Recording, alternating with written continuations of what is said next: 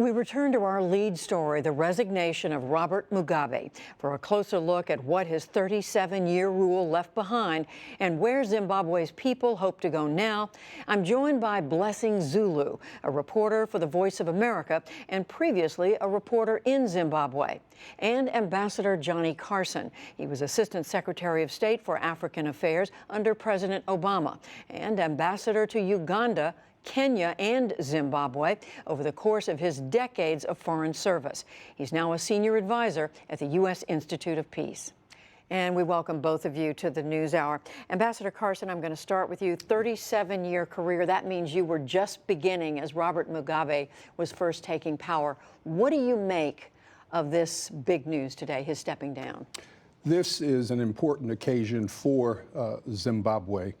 Robert Mugabe is regarded as the George Washington of his nation, the country's first black African president.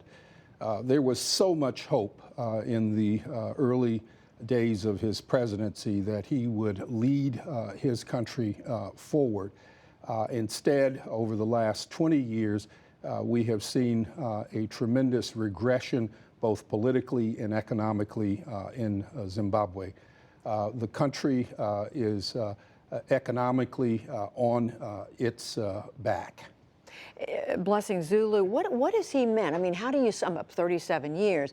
What has he meant for Zimbabwe? What shape is the country in right now? Over the past few years, the economy, like Ambassador Carson has correctly pointed out, you know, he has been his biggest letdown. Many Zimbabweans were hopeful. The country has got all the resources that you can think of, land, you have all the minerals, but unfortunately, the economic problems just worsened, and it was clear that Mr. Mugabe could not stay long. I mean, there's a universal agreement, isn't there, Ambassador Carson? The country's much worse off now under his leadership. Absolutely. The economic situation is absolutely deplorable. Unemployment in the country runs at approximately 80%. The currency is virtually worthless. Fuel supplies are hard to get, and it is a country deeply in debt to the international financial institutions and also to private companies. It is over $1 billion in arrears to the Bretton Woods institutions. Inflation is on the rise, and some 10% of its population, mostly professionals, teachers, doctors, lawyers, accountants, have fled the country over the last decade and a half and are now resident in places like South Africa and Botswana. And Blessing Zulu, there have been health crises as well, practically everywhere you look in the country. Tell us something about the man who's expected to replace him, Emmerson Mnangagwa. I talked to the Speaker of Parliament shortly before I came here, and they were saying that he's likely to be sworn in tomorrow or the day after, because he is still outside the country. Many believe that he is in South Africa. And after 37 years, many Zimbabweans are hoping that maybe he will change. But some are a bit cautious. Mr. Mnangagwa, it might be a problem because he has been in the same government since 1980. Right. Many regard him as Mr. Mugabe's enforcer. And political analysts are saying there might not be much to celebrate. So, Ambassador Carson, things could be exactly the same under Mnangagwa. That is really possible. Zimbabwe has thrown out a dictator, but it is uncertain whether the country is moving towards the political and economic reforms that so many Zimbabweans want. Emmerson Mnangagwa is virtually a younger version of Robert Mugabe. In many ways, he is a clone of President Robert Mugabe. He, like Mugabe, spent many years in prison and was tortured while he was there. He came out a very bitter and hard man. He is, like Robert Mugabe, very articulate. He's very resilient. He's very disciplined.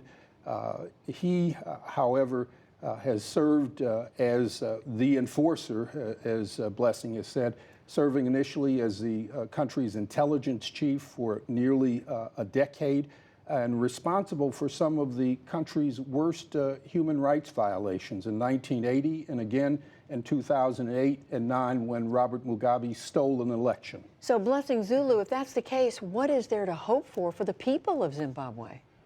Many are just hoping that maybe this military intervention might indicate that Zimbabweans are simply tired, because if you see the military coming in to remove Mugabe, these are his comrades from the Liberation War, the Army General Constantino Chiwenga, who led this rebellion. But for Zimbabweans, those that I was talking to, the situation is not looking that good unless the international community comes in to ensure that they institute reforms. Just quickly, Ambassador Carson, there's really nobody else on the horizon, is there, who they can look to for help? Well, the opposition has been weak, but it does exist. There are individuals who are part of the movement for democratic change. Morgan Tsvangirai, Tendai Biti, individuals like that who are committed to democracy, economic reform, and political reform.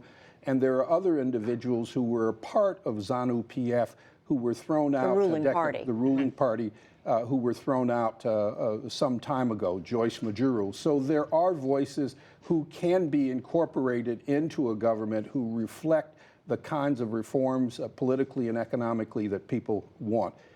It is important, though, that there be an effort to ensure that these people are a part of the government and are not marginalized by the new leadership. Well, there's much yet to unfold in Zimbabwe. We'll be watching in the days to come. Maybe we'll have a new leader known for sure by tomorrow. Blessing Zulu, we thank you for coming in. Voice of America. Thank you so much. Ambassador Johnny Carson. Thank you. Thank you.